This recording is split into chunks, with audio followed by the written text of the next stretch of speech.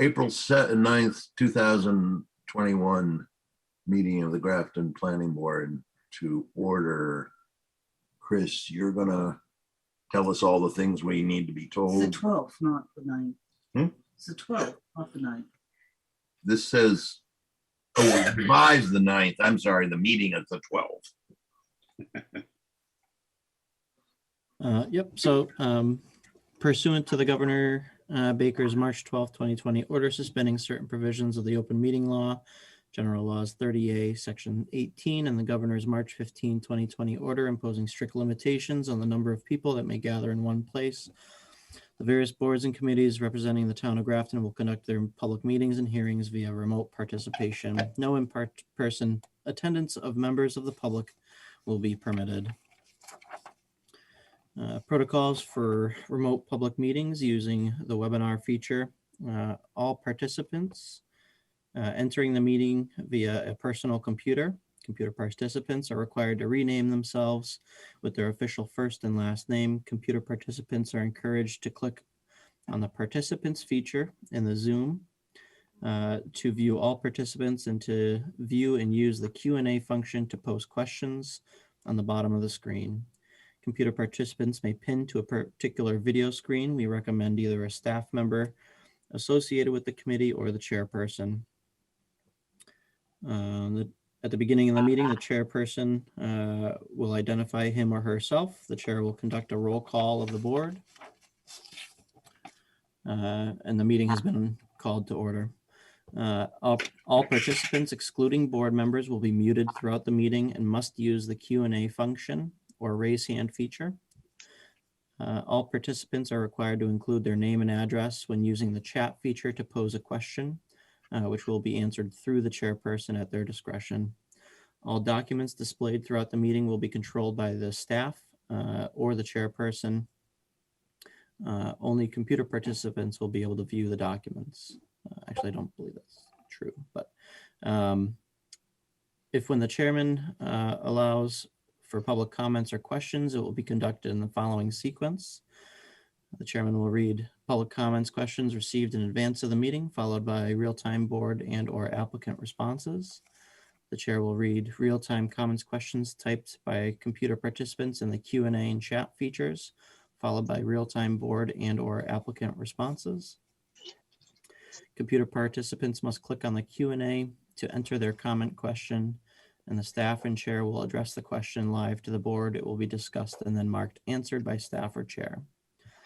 The chair will then ask if any other participants accessing the meeting have comments and questions.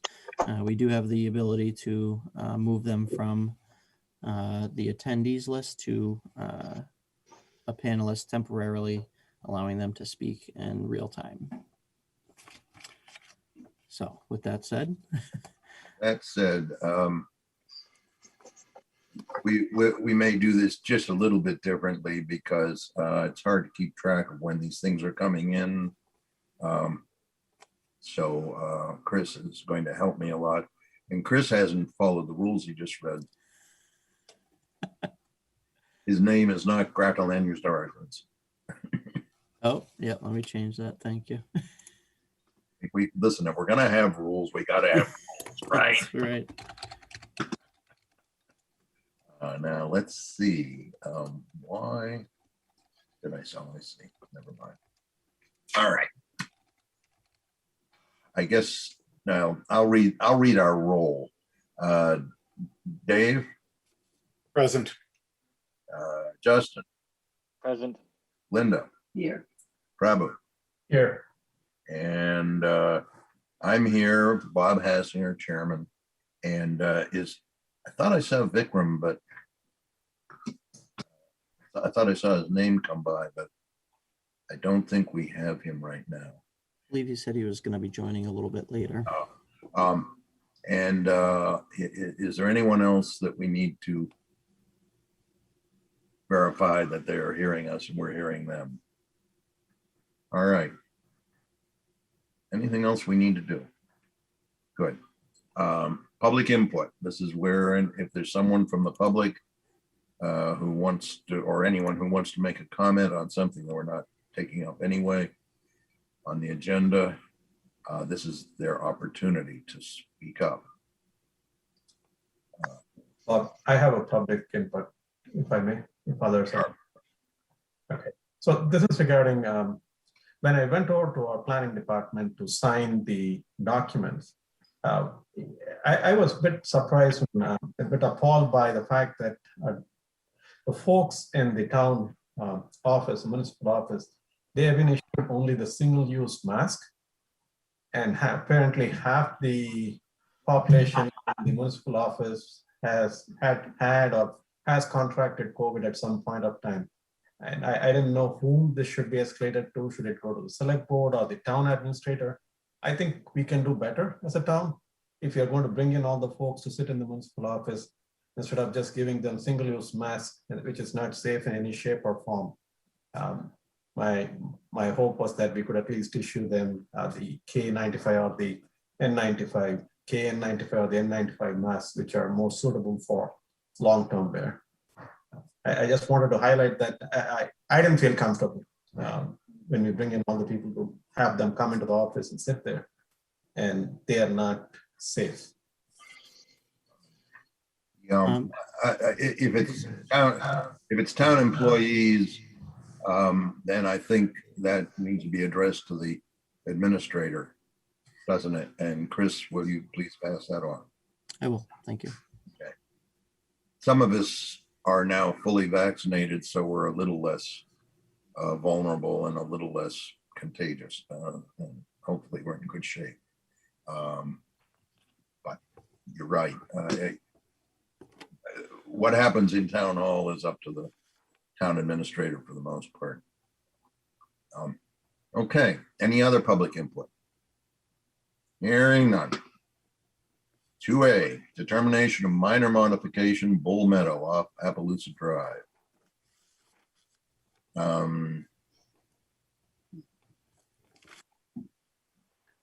we hear from, welcome, Chris, lead us into this. Yep. So Dave Russell, the developer, is also present today. They're looking for a modification, mainly for the trees and the guardrail material. There was some back and forth with the DPW director on regarding the material to be used, whether it was the metal material, stainless steel, or the wood, which was originally approved. There is a lead time in getting the wood installed. And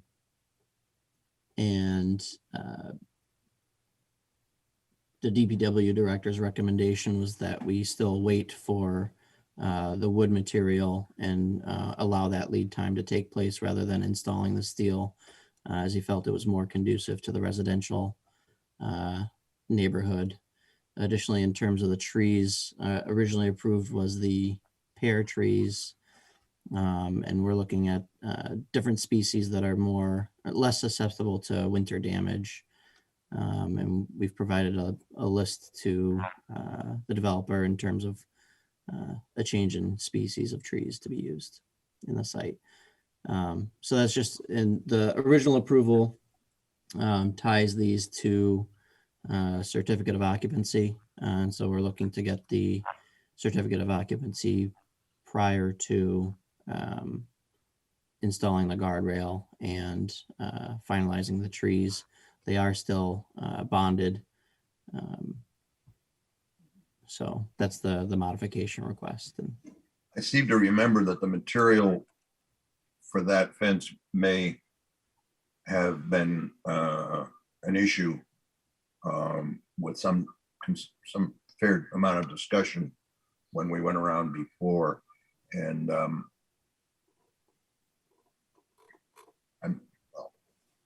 maybe the applicant wants to talk to us before saying anything. Thank you, Mr. Chair. There's a lead time of about 10 weeks to get the pressure treated guardrails. I'm just asking that certificates of occupancy be issued I have no problem, even though the price is tripled for the pressure treated. We can put up Jersey barriers or whatnot to make it safe. And quite frankly, the wall that's already there is 2 to 3 feet high. And I actually believe Chris misspoke. It wasn't, I don't believe guardrail was a prerequisite for an occupancy permit, but I was just asking for it to be changed to steel. And as long as the town wants to wait 10 weeks, I'm fine with putting the pressure treated in. I agree with the DPW director that it does look better in the neighborhood. Yeah. And I- Did you just discover that there's a long lead time for that? No, actually, you're only as good as your weakest sub, and unfortunately, I thought I was good to go, and he didn't think it was going to be a problem. And when he came to when I said, "Okay, we're ready to go," he said, "I got a problem. I don't have the material." So that being said, I've got a 10-week wait period for it. And the other was the trees. That was the other thing on it. So the trees is a prerequisite for an occupancy permit. And we've had severe delays with National Grid. I think we got them worked out this afternoon, but I didn't want to be planting trees and then also putting sidewalks in because National Grid has delayed me. And the trees, quite frankly, are a little delayed. I just don't want, I think I'm asking for common sense to be given to Chris that, if we don't have trees on 2 or 3 house lots, just as long as we catch up as soon as the trees are available, then he has the ability to sign for an occupancy permit. We're certainly not going anywhere. We're there for the remainder of all the houses. And it is bonded. Yeah, I thought there was a reference though to wanting to change the variety. Actually, I'm fine with keeping the pear trees. It was the tree warden that suggested we go with oak trees or not, which are actually more expensive, but it's probably a cleaner look. So I'm fine with that. I mean, I just want to build a quality product, so. I wonder where that comment was during our hearing process. I'm sorry? It's not for you. I'm wondering where that comment was, and this is going to come up again tonight, maybe somewhere else. The town folks need to get their comments in during the hearing. We're going to see a couple of those. Well, what does everybody think here? I actually don't have any problem with either one of them. Well, Um, does the occupancy permit? Well, what do you want to do?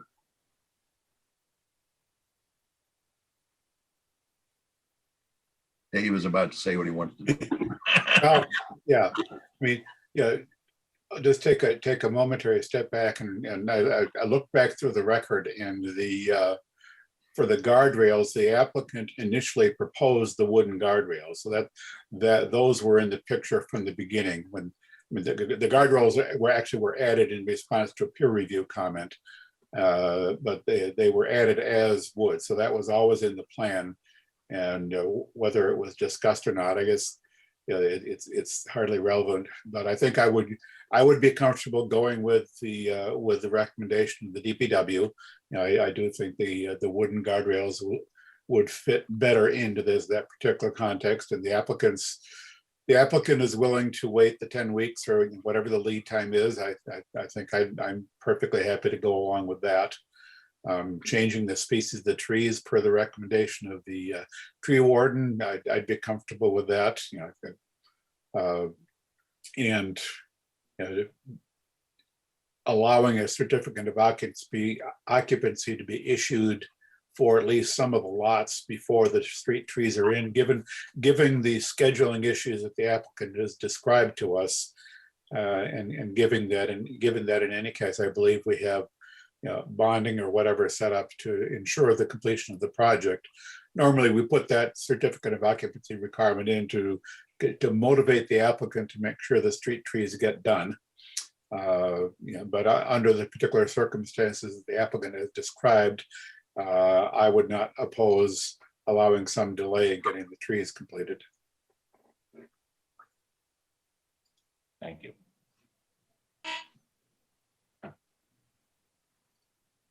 Okay.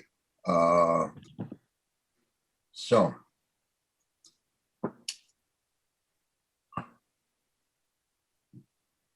We would need to say, okay, on a tree change or not. And then we need to say, okay, on both the occupancy permit. So the motion requested would be a motion to allow the planting or the issuance of certificates of occupancy prior to the planting of the required street trees. I think as was represented, the guardrail is separate from, is more an update of the timeline, and the species of tree is delegated to the tree warden in any case. So. Yeah, so in effect, I think the request was for a minor modification in two particulars. One is the guardrail and the other is the certificate of occupancy. Verbally, the applicant, in the discussion tonight has agreed that, in effect, to withdraw the request for modification of the guardrail material.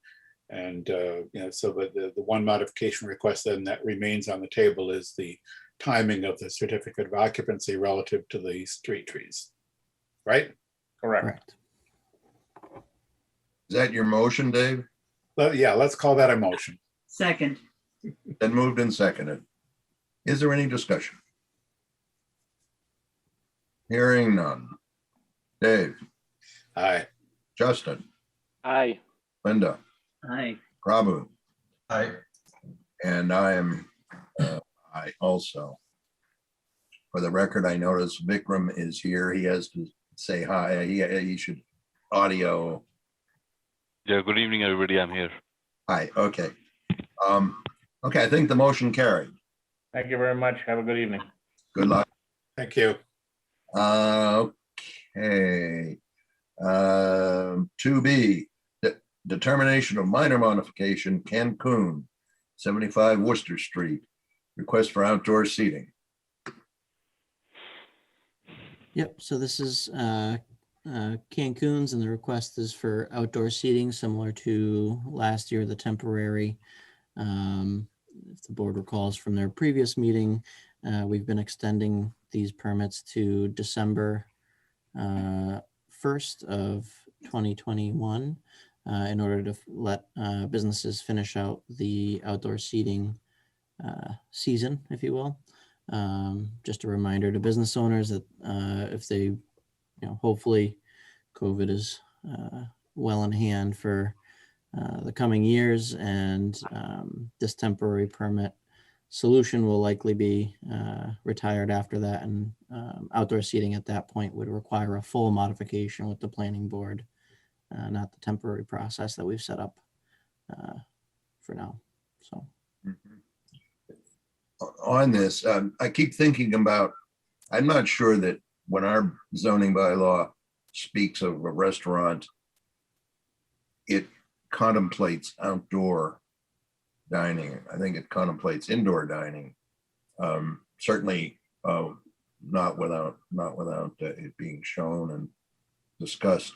So somewhere along in here, we should give some thought to whether there should be a little tweaking in the bylaw to get a little clearer handle on how this works in the future. Anybody have any questions about this request?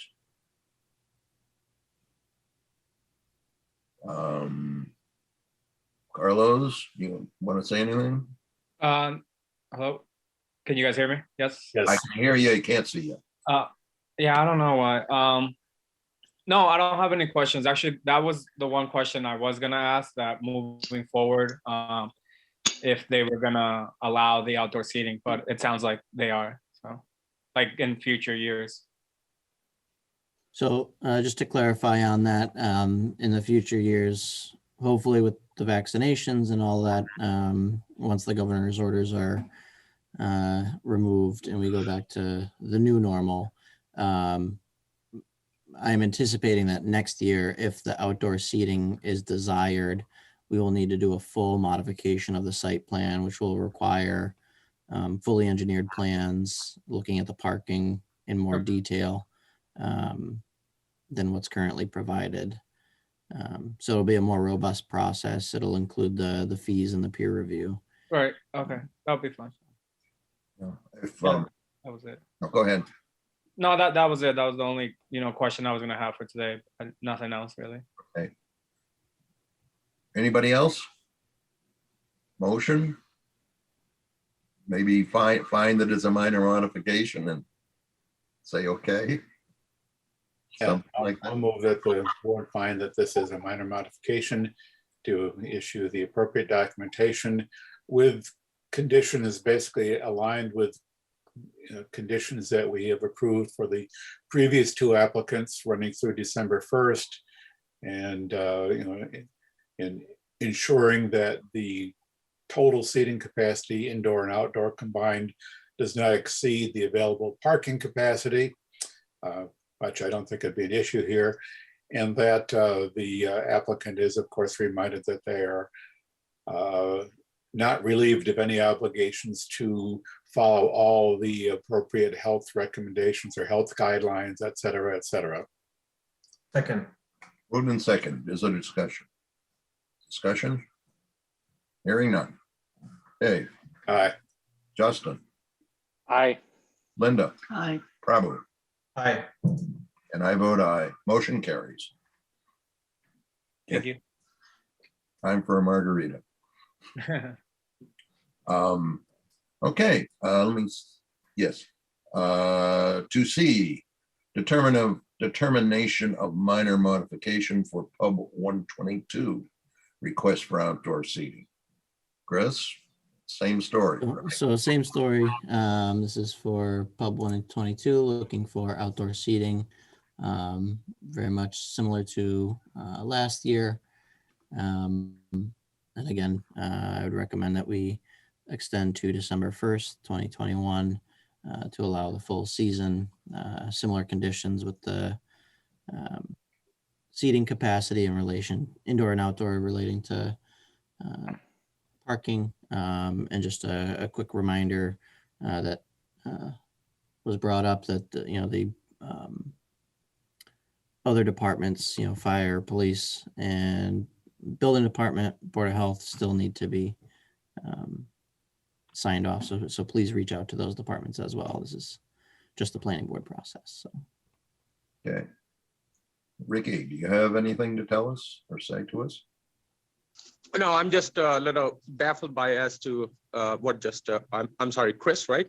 The gentleman that was speaking? Yes. Yeah. We have all of our inspections done, so I'm not sure when you are saying police, fire, and building department. We have all those inspections done, and we have our current licenses. Everything is cleared by the town, so. So I'm just saying, in terms of the outdoor seating, reach out to those departments to make sure that they're in line with the review of the outdoor seating, because in order to get the permit from the building department, they'll need to all sign off. If you've already done that, excellent. But I just wanted to. No, we have done the indoor, the regular annual licensing and inspections and all that, from the fire department, from the building department, and from everybody. The food and health was here last month. Yeah. So we have all those necessary clearances. All the licenses are in place.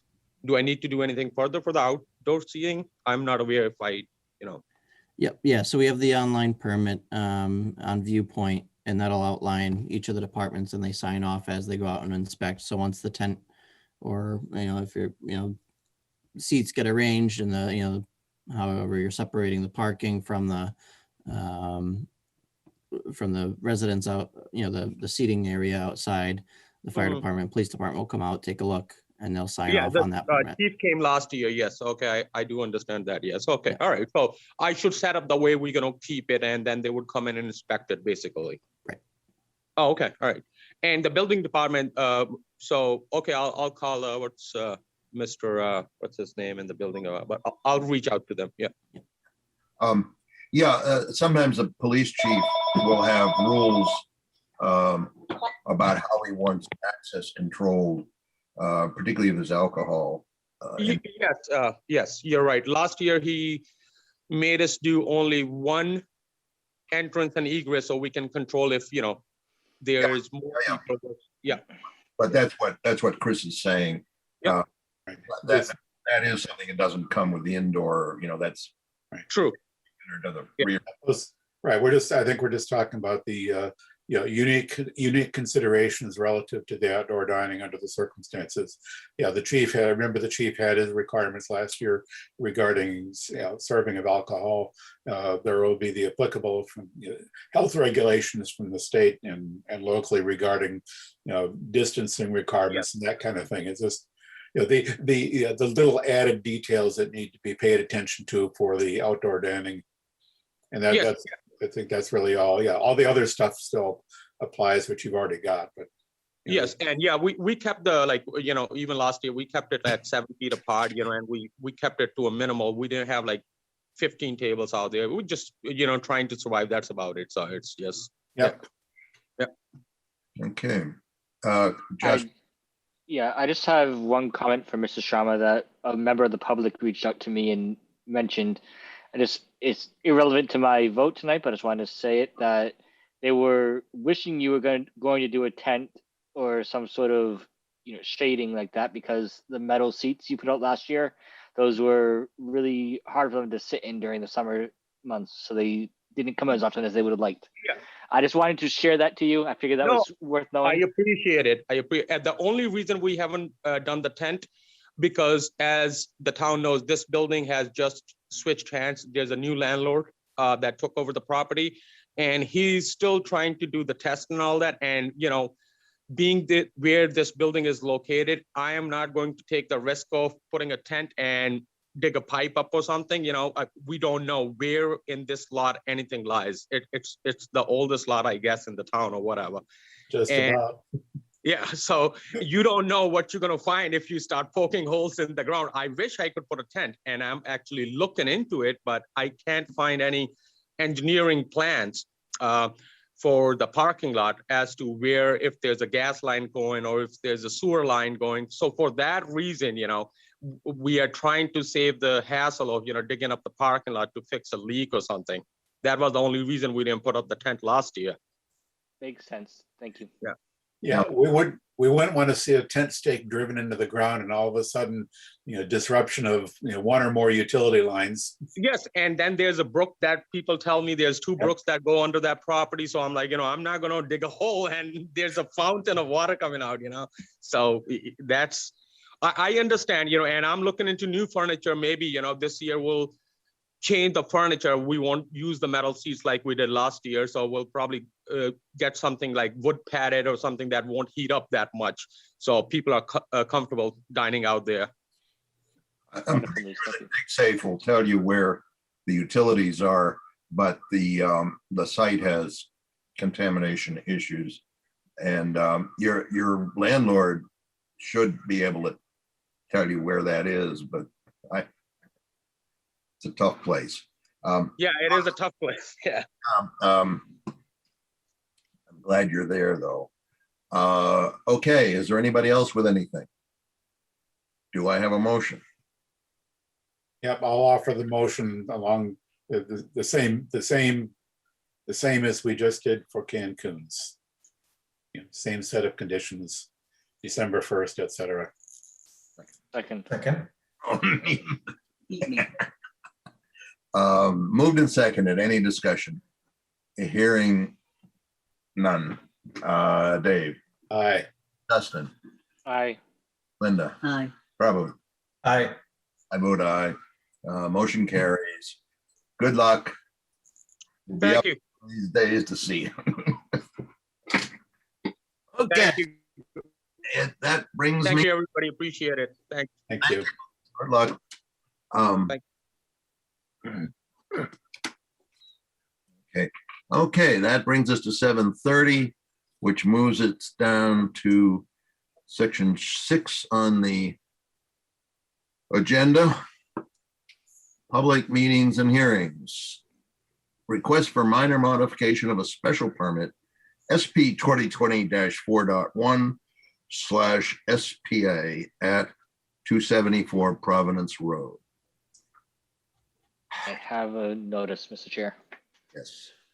Pursuant to sections 1.3.3 and 1.5.7 of the Town of Grafton zoning bylaws, the planning board will hold a public hearing on Monday, April 12th, 2021, commencing at 7:30 p.m. to consider a modification of a special permit application for modifications to the conditions and finding of the decision for SP 2020-04/SPA approved September 28th, 2020 on property located at 274 Providence Road, Grafton Assessors Map 115, Lot 31.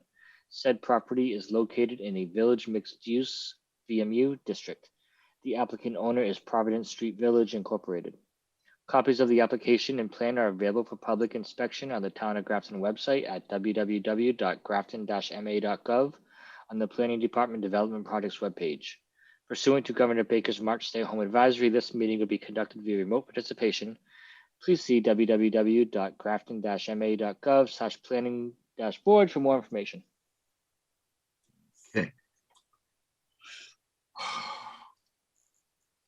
Chris, can you start us?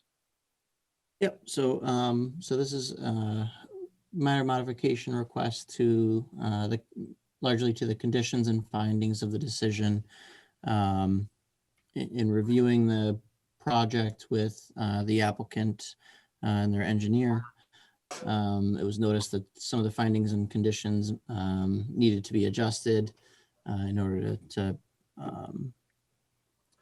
move forward with the project as they were looking to do. The first one is there was some slight adjustments to the layout and widths of the buildings. Those have been reflected on the site plan, but that did somewhat adjust the site plan. The second was to remove the finding in regards to the affordable housing units. That finding, I believe, was an administrative error on my part that was left in. The board does not, they're at 8 units, and affordable units would have been required if there was more than 8 units under the current zoning. That's why it's not reflected in the conditions, but a finding was left in that indicated affordable units would be required. So the ask is to remove that from the decision. And then the final modification is to adjust condition B7 in terms of the roadway and when that needs to be completed in relation to the occupancy permits. Currently, it says issuance of building permits. So in order to put the foundations in, the road would have to be fully completed. The request is to adjust that to be tied to the occupancy permits to allow the foundations to go in. And then the road would then be, and access ways and parking would then be allowed to be paved after that, which in speaking with Graves is normal for this type of work. You would want the foundations in before you pave the roadway improvements to service them afterwards.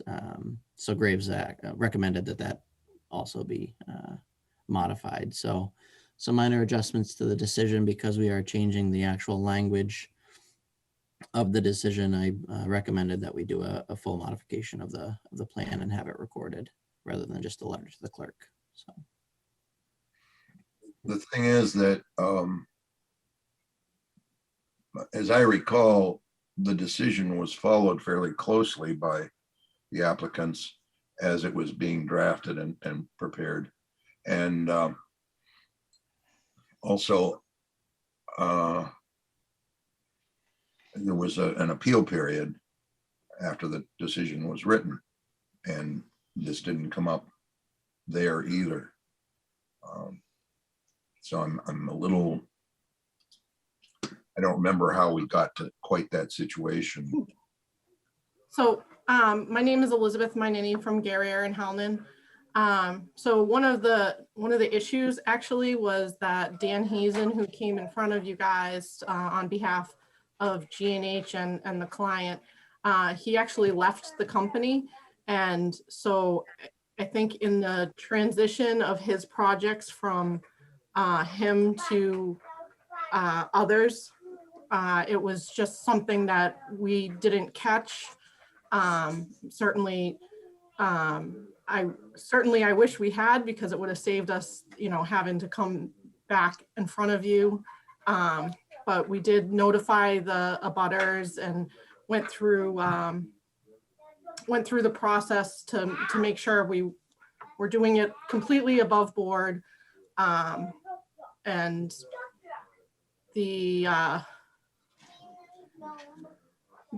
with the regard to the change in the unit size, that was something that I'm surprised it even ever did get caught, but it's something that we would have wanted to come back in front of you for anyway. So we're just looking to do all, we would have been, most likely we would have been asking for that as which I think I initially was planning on asking for it for you to classify it as a minor modification, not requiring a public hearing. But since we were doing the public hearing anyway, I figured we could do it all together. I see that there's a question that's relevant someplace around here from Steve Texeria. Chris, why don't you see it? Yep. So the question is from Steve Texera. Board members, does the 2-foot addition to the building affect the setbacks? As we revisit the project, can we incorporate fencing in the plan approval? Has the Affordable Housing Trust commented on the 2-unit decrease? Thanks, Steve Texera. I can answer a few of those and then defer the rest to Elizabeth, but the Affordable Housing Trust has not been given notice of any decrease in the units. And again, I hesitate to say that it's a decrease in units. We did not put in the conditions that it was required. It was simply a finding that is a standard finding for affordable units and for some similar projects of over 8 units that was left in error in the decision. Looking back at the minutes and the video from the board, inclusion of affordable units was not originally any part of the discussion. The zoning wouldn't have supported the inclusion of any units affordable as it's at 8 units. And the zoning specifically says that units over 8 units, so 9 and above, would begin to trigger the affordable units to be considered.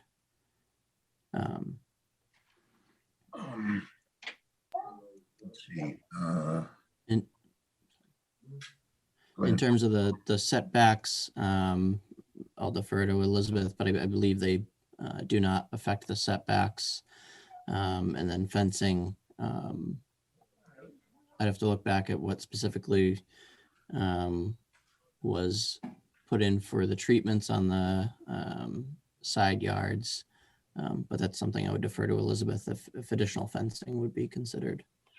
So I had emailed you, Chris. I don't know if I can share my screen or if you want to share it, but to show it's a minor difference. It gets the size of the increase in the building size does get the building slightly closer to Providence Road. But it does not get any closer to either of the sidelines. And I even kept when we adjusted it, even the pavement. The pavement is still within what I believe was the building setback line.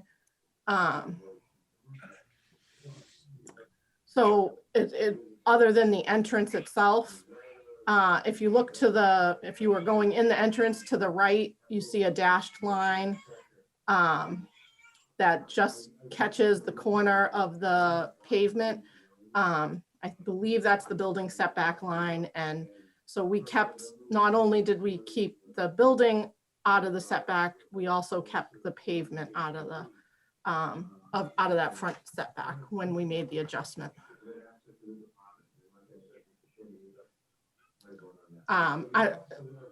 So tree line. I don't know if a fence was discussed at any point during the project, but where we're not proposing any increase or decrease in the setback to either of the sidelines, I would want to check with my client first, but I don't think that the requested changes would warrant adding the addition of a fence.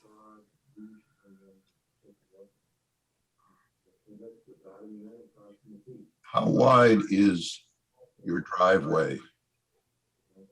The one on, I think the one on Main Street. The one on Main Street is 12 feet wide. It's a one-way, and that was, I believe, requested or that was discussed with the town, is you didn't, we wanted to keep it as like more of an emergency use only, and to have all of the main traffic coming in and out of Providence Road. And the Providence Road one it looks like it says 25 feet, which it's 24 feet. And then the size of the that's at the point where he's showing. And then it gets wider after that based on Mass Highways requirements. Yeah, the reason I asked about that is that I noticed a comment in our meeting materials submitted from fire department, I believe, the fire prevention officer, saying the entrance to the driveway should be at least 20 feet wide. I assume that he's talking about the Main Street entrance, not the Providence Road entrance. And the question is, where was this comment when we were reviewing this plan? Yep. So the new the comment that is in our materials is from Mike Colleen, who came on board after this was approved. Respectfully, what I would suggest is I do believe he was talking about the 12-foot single lane here. It may not have been clear to him, and I can reach out and clarify with him that this is an exit only and emergency vehicle ingress egress, whereas the proposal was for the majority of traffic to be off of the Providence Road and utilizing the 25-foot. The point is that it's always a little bit uphill trying to get the town departments to get their comments in. I think there's another place where it comes up someplace around here soon, where now they want to go back to something from before that they should have been on top of back then. Okay, does anybody have any questions or comments? So, yeah, if there's anybody out there watching who wants to talk about this, well, like Chris said, tell us in Q&A or chat, or do raise hand. raise hands seems like the thing to do, but whatever it takes. I'm not seeing any inputs. What's the wish of the board? Seeing as how this is a public hearing on the modification request, it would seem to be appropriate, if there is no further information to be received, to close the public hearing and direct staff to draft a decision. Second. It's been moved and seconded. Is there any discussion? Hearing none. Dave, Aye. Justin, Aye. Linda, Aye. Prabhu, Aye. I vote aye. Motion carries. Chris will work on the decision and we'll bring it up maybe next time with any luck. Thank you so much. Have a good night. You too, thank you. That brings me to 6B, request for a plan approval, PA 2021-01 at Pine Street. And this is continued from the 22nd of March. What's new? I looked through the engineering report and it strikes me that there's some work to be done. I'm happy to give an update. Yeah. Hi, everyone. Nice to see you all again.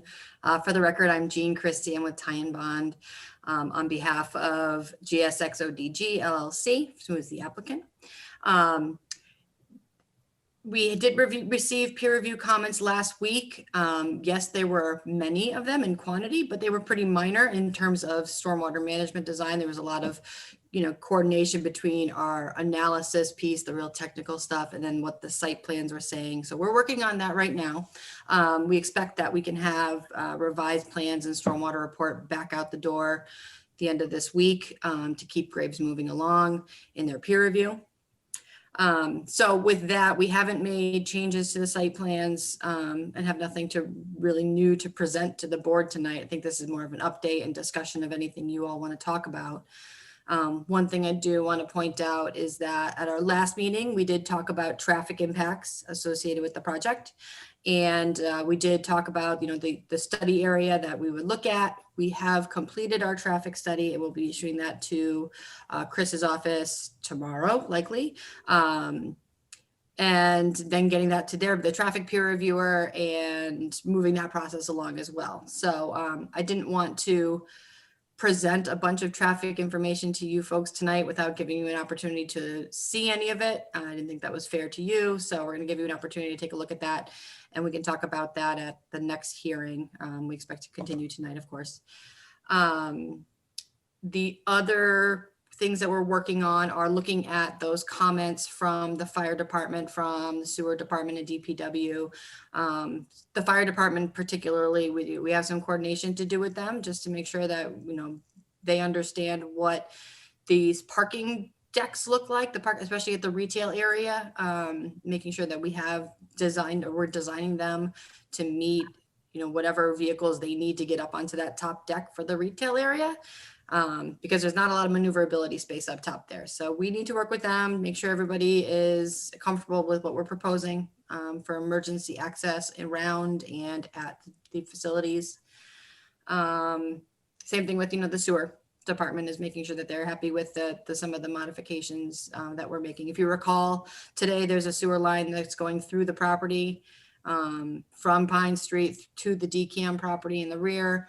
We need to relocate that and rearrange that and provide an easement to the town for that sewage to come through the project. So that's where we are. If anybody from the board has any questions and if has anything come up in the past couple of weeks that you would like to talk about, I'm happy to answer questions. I'm wondering about how firefighting works in this case. I'm not sure whether trying to think of an example where we have a fourth floor that has residents on it. I can remember talking about, does the fire department have an adequate ladder, the ladder truck for some non-residential things? There's the fiber optic plant. near your site in Centec Park. And there's another one. The high school, the stage house is higher by a little bit, and we had to go around about that one. But I want to be sure that the fire department determines that it has what it needs for all of that. How would firefighting be done if there was a problem on the decks, on the parking decks? Would they drive in, or would they come by ladder, or it depends? I think they would come by ladder. I know they can, I think it's just maneuverability inside the parking is too limited for anybody to get in there. But they are, the residential parking garage, that's the, many layer parking garage, is open air. So it is accessible, has, the cutouts in the concrete. So they can fight a fire inside the deck from there. There's also fire department connections inside there and in the vicinity of there, so that they can, if they have to, go in on foot, connect a hose and, turn some water on, out of my wheelhouse, but that's what I understand. So I think, that structure, and then there is a paved access, adjacent to the parking structure, that multi-level parking structure. It's the other one that we're even a little more concerned about, just because it's a parking deck. But that one at least has access kind of on three sides. So we think it's going to be okay from a building code or fire code standpoint, at least. It's just going to be making sure they're on board. They understand what capabilities they may have there and what challenges they may have at the same time. So we're working with them. Or we'll be working with them as of tomorrow morning. Again, the fire department wants to be fully engaged. Yes, we want them engaged. Yeah, because we'll see. They got to be able to get that truck they have around you, and the truck they have has got to be adequate for, but basically new things that they haven't had to be able to handle before. Right. So questions, comments? Chris? Just in terms of the traffic study, we were reviewing for peer review consultants that I believe were used previously, and that was one of the requests of who we'll be using as a peer review consultant. I did look back today with the help of Natalia on who the board has used in the past as the peer review consultant. That was MDM Consultants. If the board is comfortable moving forward with them, I have reached out to introduce myself. This will be the first one. Peer review traffic study project of this scale since I've come on board. So I sent an email to them to introduce myself, and hopefully I'll be able to hear back from them. But if the board is comfortable moving forward with them as the peer review consultant. How will seeing their peer review overlap with whatever their review versus our peer review? Will this happen on different nights if they have it ready for next time? So it would be, so the peer review consultant, so they would finish their traffic report, which sounds like it'll be tomorrow coming into the office. Since I'm not a traffic engineer, it's definitely out of my wheelhouse as well. So that report then would, obviously I'll read it and do what I can to learn from it, but that would then get forwarded to MDM as well, or the peer review consultant that the board chooses. And then they would review it similar to Graves and provide a review of that report in more technical detail. The thing is that we'll sounds like we might hear their traffic review, traffic study in 2 weeks, but we won't have whatever the peer reviewer says in hand by then. See what I'm saying? We can absolutely wait on presenting the traffic data. That's no problem. We don't want to, It'd save a trip. confuse anybody with a bunch of jibber jabber, that's fine with us. If we wanted to postpone it until after we've received peer review comments about the traffic report and worked out details with that consultant, we can do that. That's fine. I would think it would maybe save you folks a little bit because your reviewer, your consultant might not have to come to as many meetings. I would love that, but we're at home. This is okay, so. Okay. Okay. Camel Do you need time. Chris, do you need a motion to use MDM for us, or is it just will of the board, so to speak? I always think a motion and vote helps, whether it's needed or not. Belt and suspenders, it's always nice to have it on record. So if that's what the board is looking to do for MDM, which is our pretty standard. But Does anybody have a problem with okaying that, or maybe just okaying that Chris will do what needs to be done, whatever that may be? I think we've been pleased with MDM's work in the past. So are you moving? Well, let's Okay. formalize that in terms of a motion. Will the board authorize Chris to engage MDM as our peer review traffic consultant? Second. Moved in second. Discussion.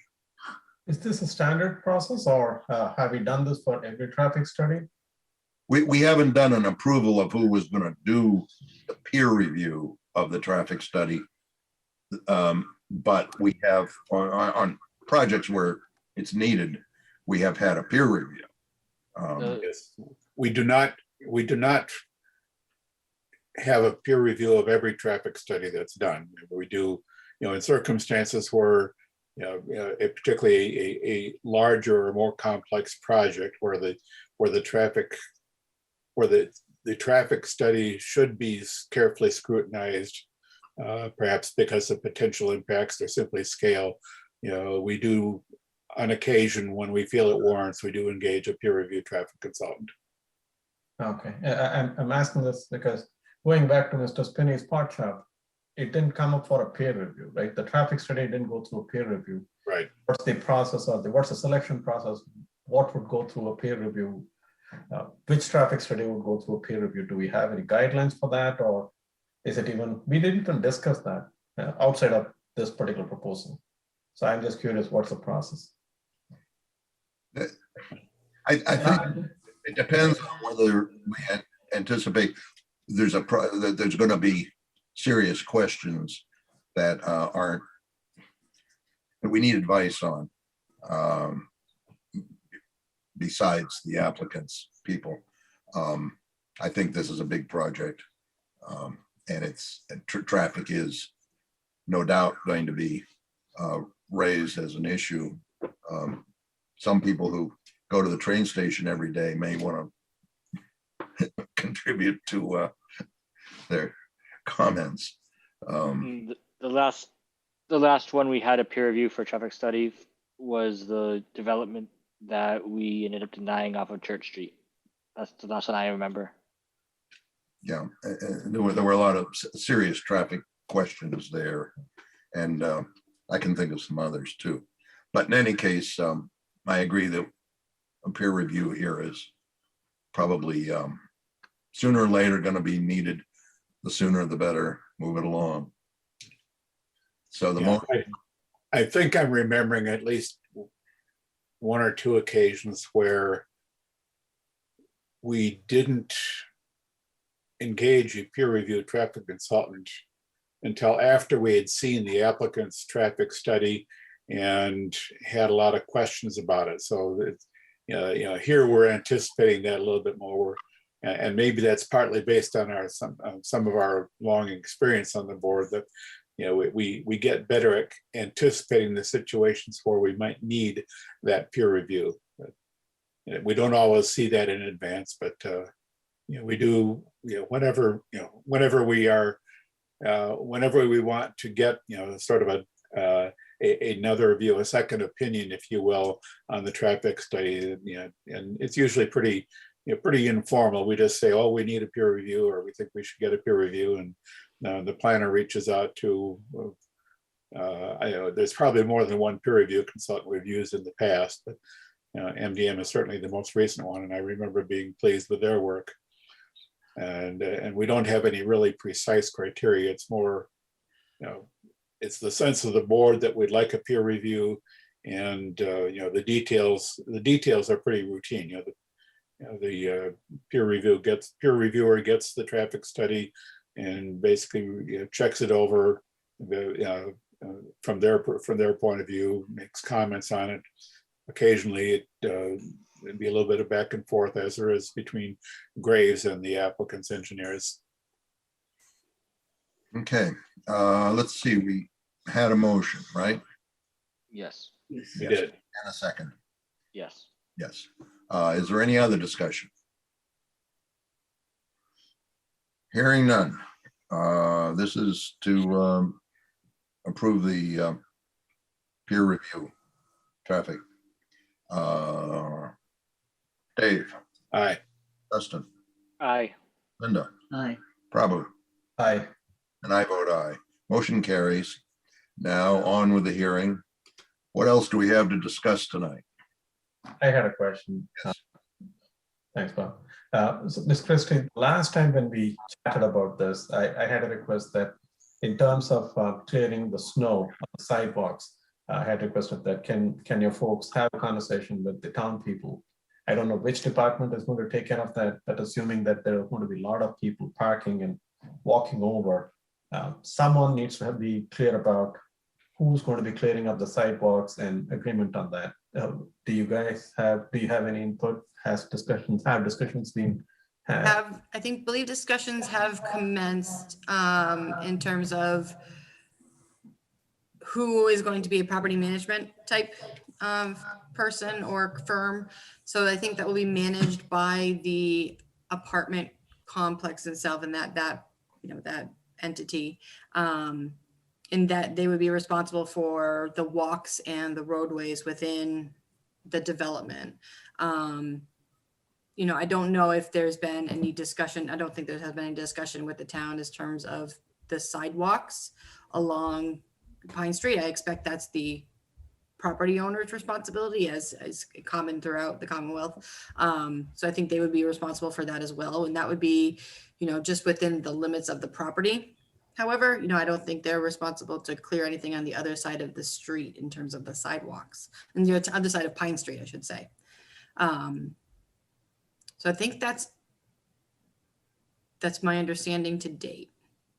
I agree with that. And that's the reason why I was bringing up this topic. If you're going to have 100+ units out there, plus parking lot, people are going to be crossing over, walking on the sidewalks and coming. I don't know if anyone in the town has anticipated that kind of development out there.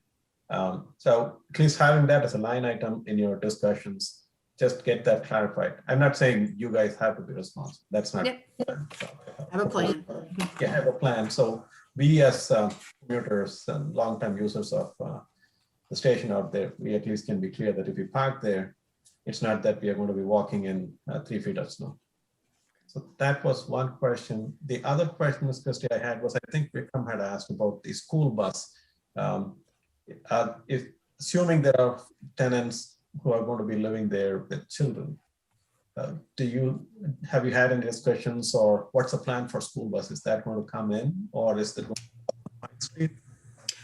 So I think the plan is to locate a bus shelter, some type of either bus shelter or probably duplicate public transportation shelter on Pine Street, just north of the access drive. If you recall, I don't know if we need to pull up a plan to talk from it, but that has not yet been included into the site plans. I think we were, I'm going to have to check back into our traffic study and see if what that recommendation was for a location and if that's included in there.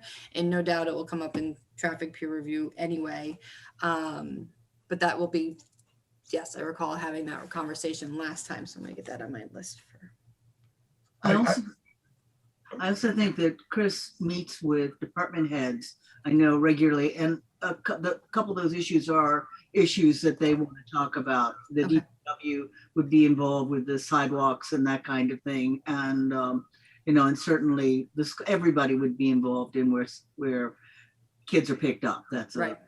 school and its safety and police and all of that. Yeah. But that's the department people.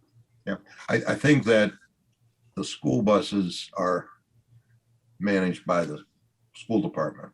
Yeah. And I don't even know whether notices for these hearings go to them, plan review or any of that go to them.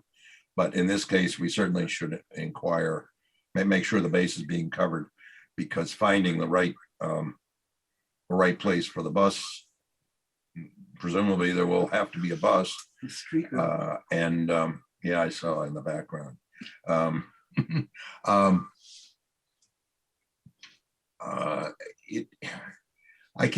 just even wonder where they're going to turn the bus around once they start up Pine Street. But that's for someone else to work out. But we should be knowing what's going on and be aware of where that's going, and be sure that everybody is fully contributing to this process, right? Yeah. Yeah. I might give you feedback. Yeah, what I'll do is I'll reach out. I do believe, I know many of the departments automatically receive notice and request for comments. As has been stated, some are more diligent in responding than others. I think that's just the nature of workloads and municipal government. But I will reach out specifically to DPW regarding both the snow and the buses, as well as the school for the buses, to get some more robust conversation. And actually, this area is definitely in flux, and there may be some additional offsite opportunities that are definitely in the preliminary stages, but I'll reach out to the applicant and have some conversations offline about what those could look like as well, and if that's possible. Understand why the schools might not be actively looking for things to add to their workload right about now. I don't know how they're managing to run a school department under these conditions, but they seem to be. More discussion, questions? Nothing, no raised hands. I think we're looking forward to the next batch of information from the applicant. And as I always or frequently say, I don't want to rush things. I mean, give everybody the amount of time it takes to get the job done and done well. But it sounds like there is every reason to think that we can continue this to 2 weeks from tonight, and we should have quite a bit more information to review. So it would be likely to be worth our while to continue this in a matter of 2 weeks. We're not going to have the traffic probably, but we have other, you think we will have other plans and reviews? Okay, so are you asking to have the hearing continued to our meeting in 2 weeks? Yes, I am asking her that. With that, I will move that the board grant the applicant's written request to be received as soon as practicable to continue this hearing to Monday, April 26, 2021 at 7:30 p.m. Second. Moved and seconded. Each Troublemaker over there. Moved and seconded. Is there any discussion? Hearing none. Dave. Aye. Justin. Aye. Linda. Aye. Prabhu. Aye. I vote aye. Motion carries. We'll see you in 2 weeks. Have Thank fun. you. Take care. Thank you. Okay. That brings me back to 3A. Possibility discussion item. Did If I may just jump in, just wanted to mention to Chris, I just noticed on our meeting submission and date schedule, May 4th is listed as Monday of our next meeting after this next one. And May 4th is a Tuesday. Interesting.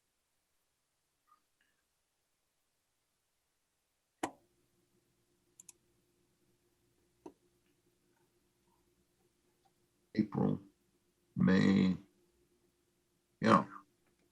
I have it down as the 3rd, but that's probably because I have something that automatically put.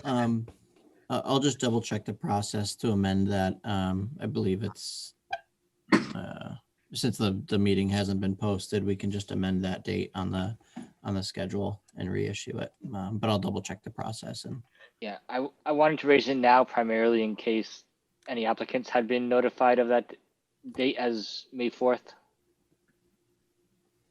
So, thank you. Okay. Moving on. Possibility of town purchasing property at 116 Upton Street. I wonder if that's Old Upton, but Upton Street in any case. Yeah, it is the old alignment of Upton Street. It's still called Upton Street. It seems to me like there are places where there's a sign that says old. Could be. It's thoroughly confusing that there are two totally different roads with the same name, which the town doesn't seem to be worrying too much about. And if that's Old Upton Street, that would be distinguished from Old Upton Road. Right. Road is the one the state built to bypass the town's road. Okay. So, in any case, 116 Upton, the old version of Upton Street. Tell us about it, Chris. Yep, so I just wanted to bring it to the board's attention.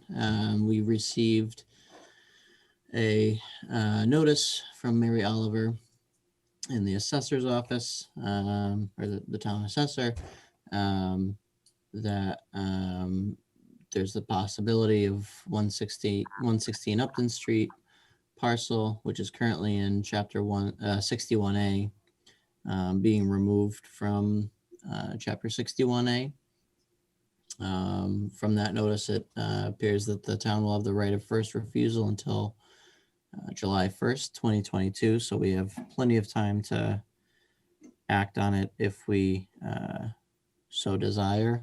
But having gotten that notice, I wanted to bring it before the board, bring it to their attention, and we can discuss it at your discretion. Typically the process, if it does come out of 61A, the planning board provides a recommendation to the select board on whether or not they should exercise the right of first refusal.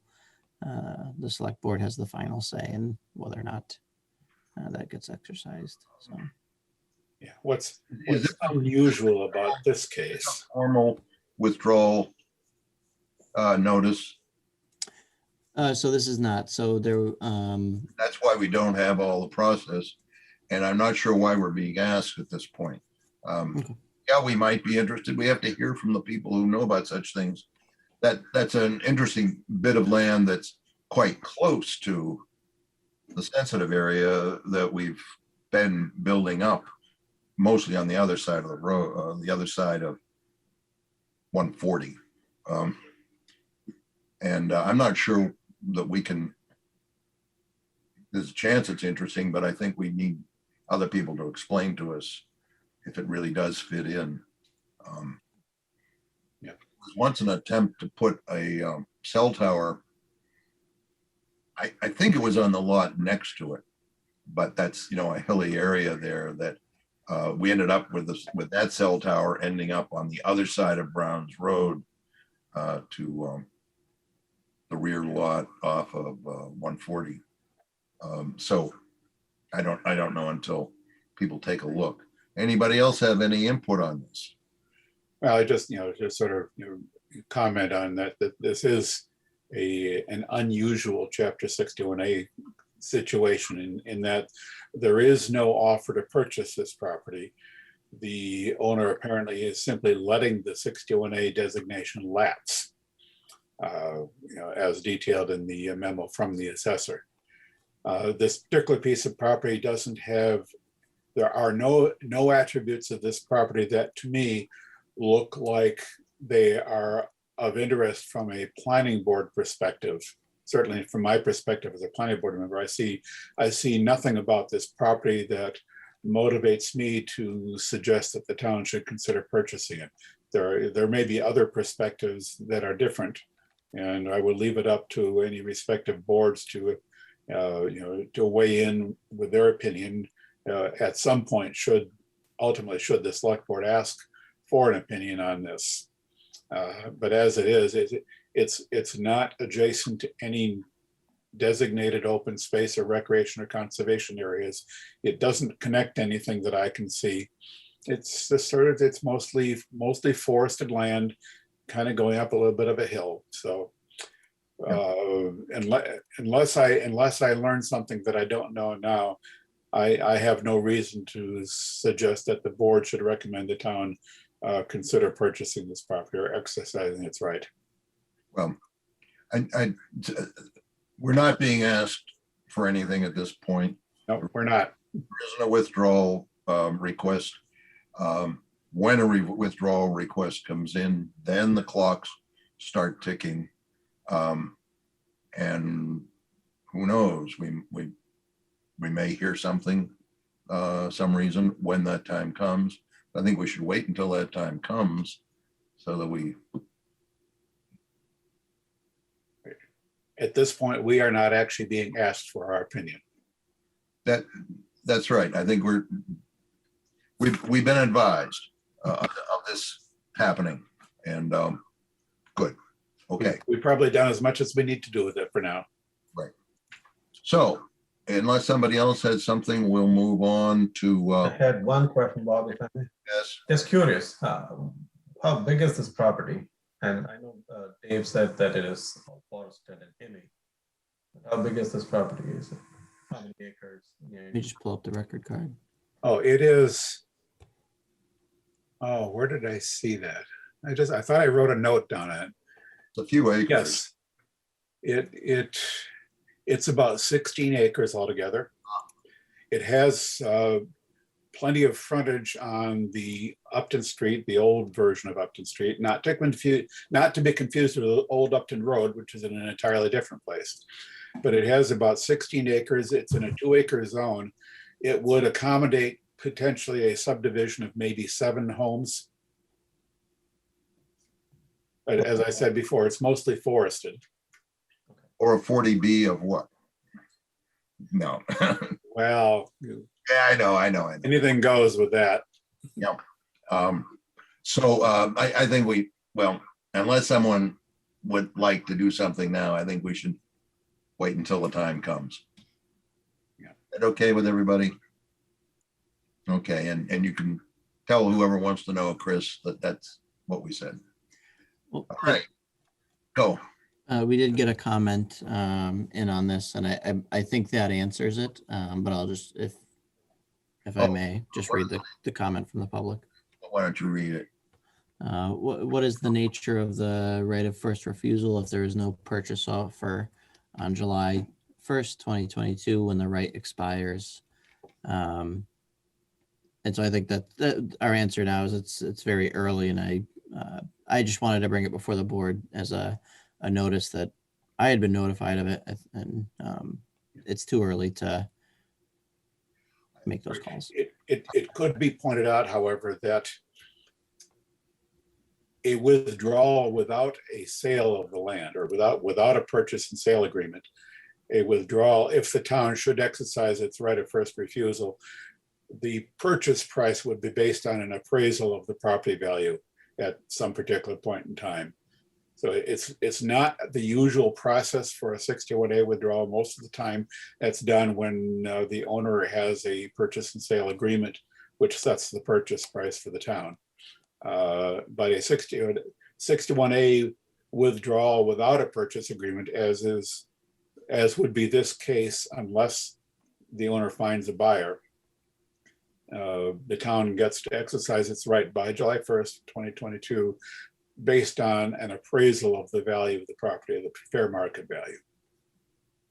Isn't it that they haven't, it's 120 days, isn't it, when there's a And there's an official notice of withdrawal, yes. And I think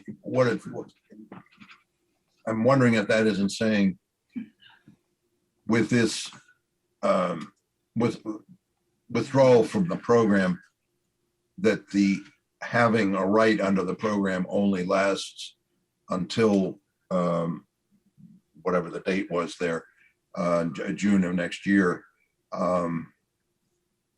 If a conversion takes place along through there, if the conversion takes place after the end of June of next year, then I think our right under the chapter goes away. That's my inference from, even though it was not as well explained as I might like. And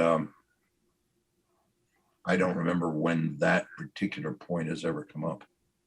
Yeah, I don't recall a situation like this, and all the time I've been paying attention to this, where the owner simply allowed the 61A designation to lapse, as opposed to explicitly taking an action that converts it, that constitutes a conversion. So this is a lapse of the designation, which is, and I haven't looked up the details, so I can't say for sure exactly what the law says. But again, inferring from the letter the assessor wrote that 1 year after the designation lapses, the town loses its right of first refusal. Yeah, I don't think we need to know that at this point. Not at this point. Yeah, now there'll be plenty of discussions like that have come up before. And we can wait on that discussion until it's ripe, I think. So, and if there's nothing else on that one, mill development overlay, redevelopment overlay district, literature review and general discussion. Anything new? So we submitted a request for district local technical assistance for our mill redevelopment overlay zoning for the Central Massachusetts Regional Planning Commission. That request was for $4,500. And we submitted that and presented. The committee voted to allow to award us $3,000 of DLTA assistance, with the remaining to be made up with our LPA hours, local planning assistance. So those are hours that we collect for various board member participation in programs. We currently receive the maximum amount of 24 hours per year. We are at 24 hours per year, so I anticipate that we will be able to use that. That's my update for now, and I will be working with CMRPC to move that along now that we've been awarded that.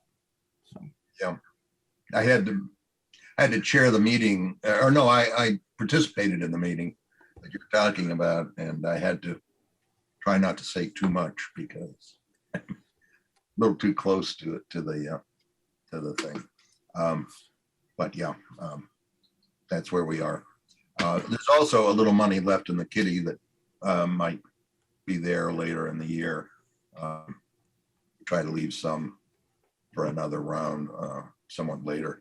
That money has to be spent by the end of the calendar year so that awards have to be made before too long.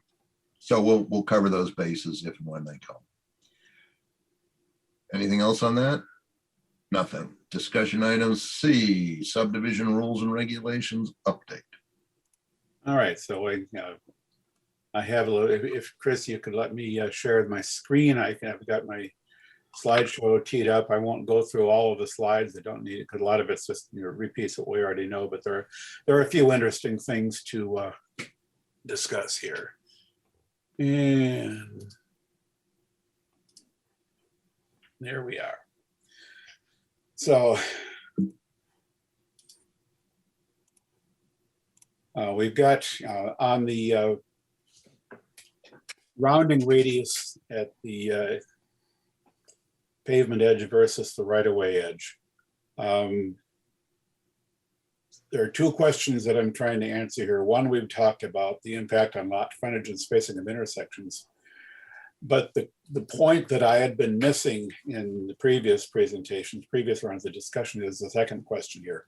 The impact on the intersection of a new subdivision road with existing streets. So this is the diagram that shows what we're talking about here. And the point that the question that Bob kept asking, and I finally figured out what the question was. And that is, when you have existing property lines and you want to fit a new intersection in,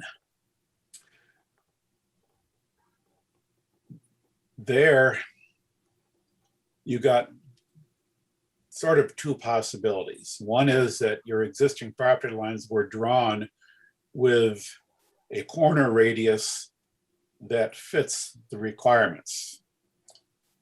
And the other is maybe you just drew right-angled property lines, but they're far enough apart that your right-of-way width plus the corner radius for the roundings all fits. So there's basically one way or another, unlike when you're designing the whole subdivision, you can design your property lines with the appropriate corners. But when you're fitting in, you have to work around existing property lines. This is basically it. You've got to fit your corners in somehow. And of course, if the property lines are too close there, maybe you can solve that problem by purchasing the abutting properties. They may not be for sale. They may not be for sale at a price you can afford with your project. So if your existing property lines cannot accommodate a compliant intersection, maybe you can solve that problem by acquiring the abutting property, or maybe not. You can't always count on that. So here's the crux of the matter here. If we reduce the required corner radius, an intersection that could not have complied using the existing property lines might now be able to comply. And I illustrate sort of the two, and there are a number of variations, of course, that you can imagine, but this is basically the idea here in this picture. This is the key. The dashed lines show the 30-foot corner radius as required by our current subdivision rules. The red lines show hypothetical existing property lines. In this case, I've got one pair of property lines drawn with a 25-foot radius. And the solid line is the reduced corner radius of 18 feet in this case. It varies depending on the details of the right-of-way and the pavement width. But this shows as an example, two situations where the existing property lines will not accommodate a compliant intersection in regards to corner radius, but would accommodate a corner intersection with a reduced radius. So this is a situation that Bob kept asking about, and I finally figured out. And of course, the obvious next question is, well, could this actually affect anything in Grafton? Because if it didn't affect any existing property lines in Grafton, then it would be kind of, well, okay, it doesn't really have any effect, but here it actually does. I use GIS to basically search every property line, every place where there was an intersection that might be where the existing property lines might be too close to accommodate a compliant intersection today, but would accommodate a compliant intersection with a reduced radius. And I found 4. There are 2 lots, 14 Apple Ridge Lane and 15 Institute Road, each of which has a single connection to an existing road that's not big enough for a 30-foot corner radius, but would be big enough for a smaller radius. One of them has 2 roundings set up at 25 feet. One of them has a 25-foot rounding and a 31-foot rounding. So these 2, if we made the change that was suggested, these 2 would become compliant. Whether or not they could actually build those subdivisions, a subdivision in those properties is a whole nother question. Between questions about dead end street length, because these properties both have only a single potential connection, whether the topography or wetlands or whatever would allow, that's, I didn't try to figure that out. I'm just looking on paper, these 2 could become compliant if we made the change that was initially proposed here. Somewhat similarly, there are two other lots that have one fully compliant frontage already, but they have a second frontage that is too small to accommodate the 30-foot corner radius, but could accommodate a smaller corner radius. 221 Brigham Hill Road is one that's pretty straightforward. 27 Valley View Drive is an unusual situation because that's a single family home lot connected to the turnaround at the end of one end of Valley View Drive, or just off that one. No, it's not actually a turnaround, not quite. Anyway, I don't have a picture of it up ahead. But anyway, it's a large parcel that has 88 feet of frontage on Adams Road, and I don't know that this could ever or would ever be likely to be developed as a subdivision, but it's got that 88 feet of frontage on Adams Road, which is not big enough for a 30-foot corner radius, but would be big enough if the corner radius was down to 18 feet. So 4 places in Grafton that potentially would be affected by this. I think I might know one that you didn't mention.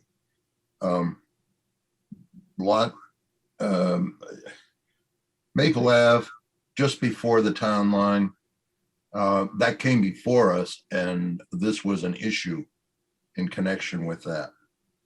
They have about 80 feet, as the drawing seems to show on town GIS, but they're in the ballpark, and it came up while they were before us. Okay, go ahead. Yes, anyway. Where was I? Yeah, so going back to the questions on the earlier slide, minimal impact on lot frontage and spacing of intersections within the subdivision, or the designer has full control over it, but a significant impact on the intersection of a new subdivision road with existing streets. So the end up, at this point in the discussion about that, then we have to say that what was proposed seemed like a good idea on the assumption that it had no significant impact or unintended consequences. Well, turns out it's got an unintended consequence now. And the reason for even thinking about this change remains that there's some ambiguities in the rules for property lines and pavement at intersections. And how we want to clear that up now, I see at least 3 possibilities, and I'd like to get a sense of the board as to what we think is the best way to go on this. One is we can be more explicit about the radius at the edge of pavement.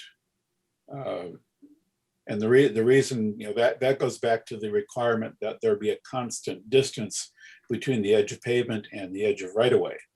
And if you've got 30 feet in both parts of the corner, you don't have a constant distance anymore.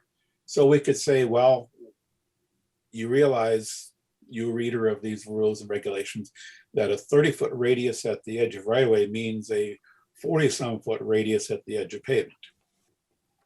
Or we could say that the constant distance requirement does not apply at the corner. So you can keep our traditional practice of 30-foot radii in both places. Or we can proceed with the change that's been proposed with the explicit understanding and acceptance that, yes, it makes some currently non-compliant intersection area places potentially compliant. So I would probably, my preference would be to go with option door number 2 here, and just say that the constant distance requirement doesn't apply. That way people can continue designing corners with 30-foot radii at both the edge of pavement and the edge of right-of-way. But I would love to hear the board's opinion on that. And what do we think is the best thing to do? I'm pretty sure I don't understand what we would say, and maybe we need to see the language to see the workaround that you're talking about. I do not want to change the developability of sizable tracts through a change in the subdivision rules. I think that I just don't want to do that in this case here. I think that's a bigger change than we should make that way, at least until I see some language. Now, but I'm not sure if Dave has language that keeps the 110 feet requirement, then let's see it. And we'll. Yeah, if I would, let me put, before I say what I was about to say, is there anybody on the board who would actually like to reduce the corner radius and make 3 or 4 lots potentially developable as a subdivision? I'll say I would be comfortable with that, but I'm not necessarily going to say that I'm in favor of it, if that makes sense. Actually, it could make a whole lot more difference than that. Look at that piece of property I just pointed out, Dave. They were looking at getting a second entrance because they had, what did I say, 30 some acres. Even if they could get the second entrance, the first entrance needs to meet whatever requirement. You're talking about the possibility, and right now that doesn't work because it isn't wide enough. So it's not a question of 3 or 4 houses, it's a question of 35 acres in, right, might be R20. I'm not sure. Yeah, I think I intended to say 3 or 4 lots, not 3 or 4 houses. 3 or 4 parcels of land that could be subdivided. We're talking about a lot more housing. That the Apple Ridge parcel, for example, could potentially accommodate, according to my calculations, 47 houses. The Institute Road parcel could account for 10 houses. So we're talking a goodly number of houses. The Brigham Hill Road, that only looks like it would accommodate 7 houses. But in any case, yeah, we're talking about a significant number of housing units, and I'm not sure why that Maple Ave parcel didn't get included in my count. It may have to do with its zoning classification or something. But in any case, there might be as many as a half a dozen parcels altogether that would be affected by this, but that could easily translate into 50, 75 or more houses. And I don't know that I want to. I don't feel particularly strongly about making what was not intended to be a very significant change into something that has that kind of effect. We might at some point in the future revisit that question, but for now I'd prefer to tweak the rules in a way that doesn't really change the buildability of anything. It just clarifies, and maybe it codifies existing practice, which is what door number 2 here is just the existing practice has been to set 30-foot radii at both the edge of pavement and edge of right-of-way. That conflicts with the rule that requires a constant distance between edge of pavement and edge of right-of-way. But if I modify that rule, and I can come up with, if that's the direction the board wants to go, I will come up with language to basically put that in writing. I think you said what I want. Anybody object to that? No, I think that's a good idea. All right. Make it I have so. a question. Can I ask a question? Yes. Bob, sorry. Dave, I didn't quite grasp how did changing the radii or adjusting the radii lead to 57 additional houses potentially being built?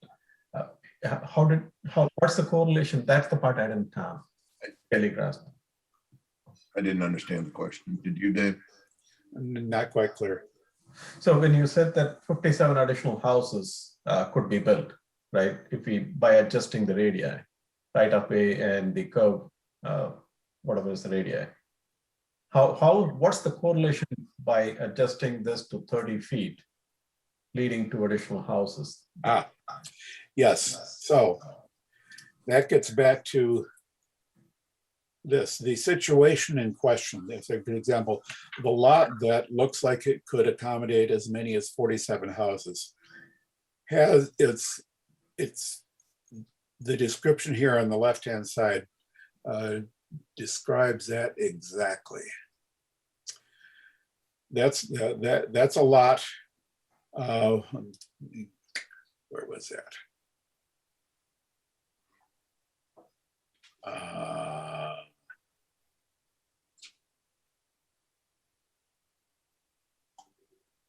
All right, my mind's blank. There it is. It's a lot of 24 acres that has a single frontage on the road. It's you know, going back there, it's like 24 acres. It's got its only connection to Apple Ridge Lane is a right-of-way that's 50 feet wide with 25-foot radius. So under the current rules, you need a 30-foot corner radius. So this intersection does not comply with the current rules. And thus, that land you could not put a subdivision road through there. Okay. If I change the rules such that the corner radius is 25 feet or less, you know, the original proposal with a 30-foot pavement radius, the right-of-way radius can be 18 feet. Now, this intersection can comply with the subdivision rules, and thus you could drive a subdivision road in there into that 24 acres.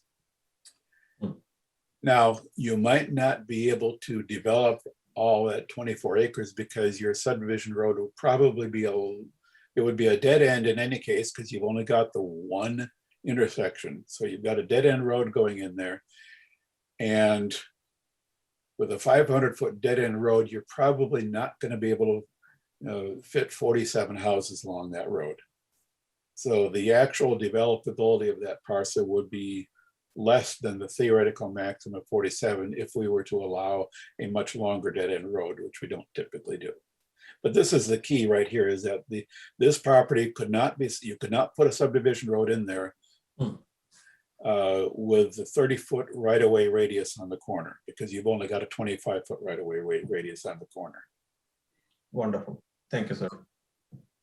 Actually,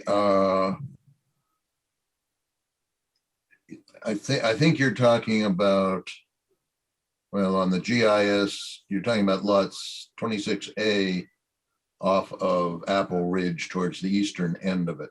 Yes. Yes. That's I mentioned about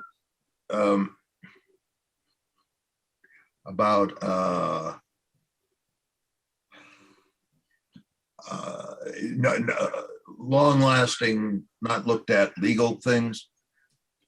That's one of the very early developments when I came on the board, and there was a proposal there.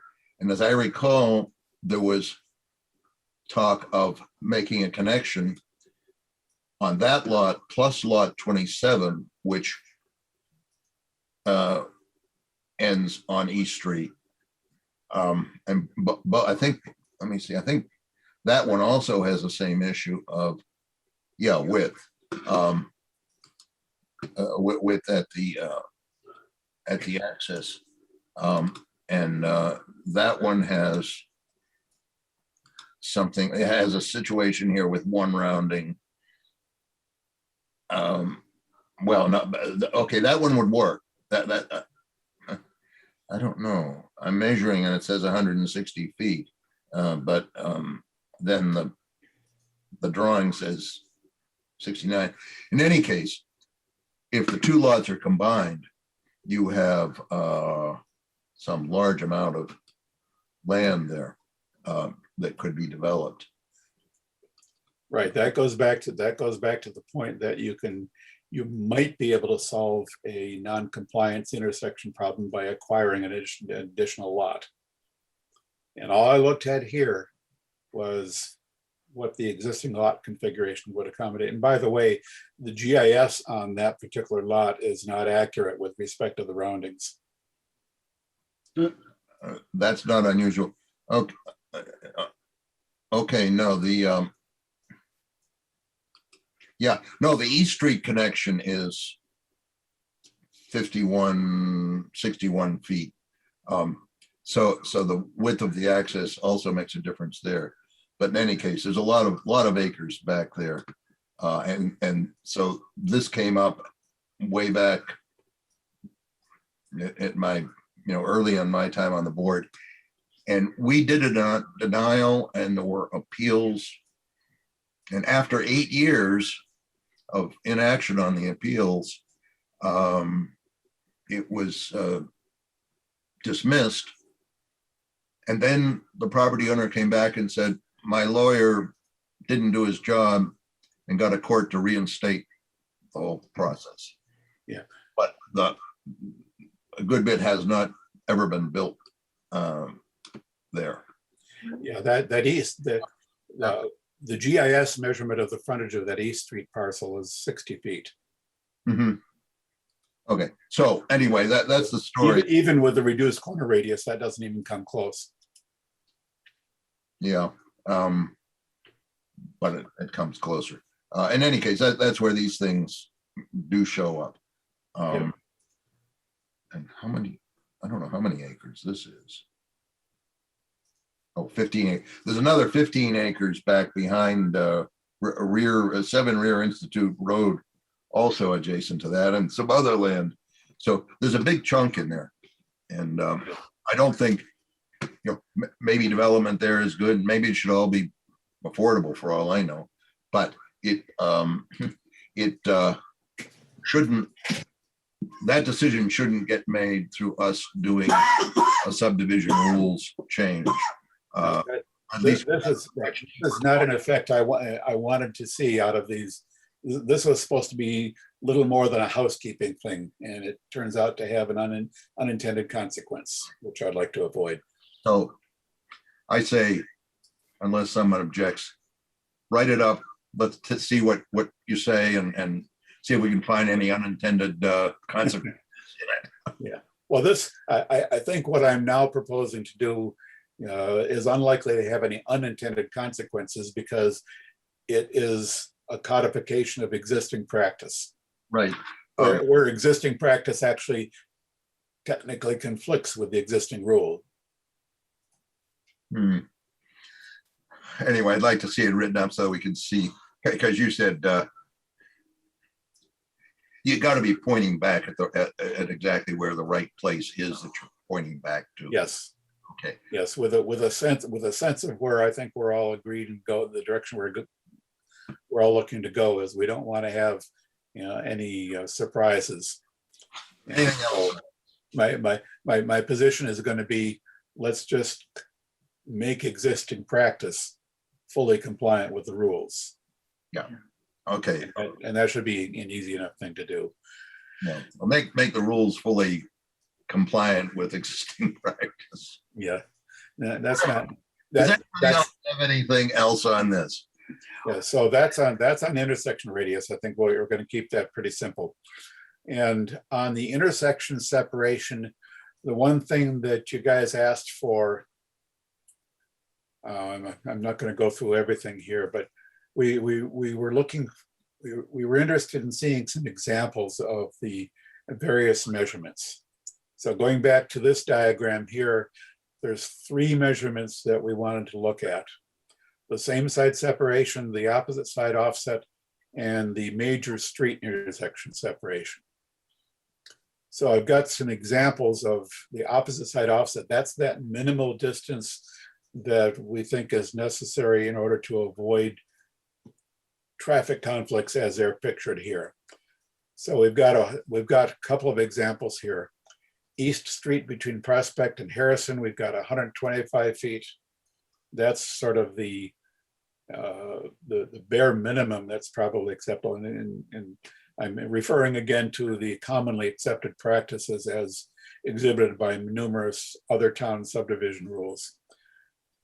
We've got on Woodside Drive between Pigeon Hill and Horseshoe, we've got 150 feet. That's the number I've been suggesting. There's another 150-foot measure down on Providence Road between Depot and Harding. So if anybody's had a chance to look at these, drive through there and kind of get a sense visually of what they look like. I don't know if there's a real perceptible difference between 125 and 150, but it's worth taking a look before we absolutely settle on numbers.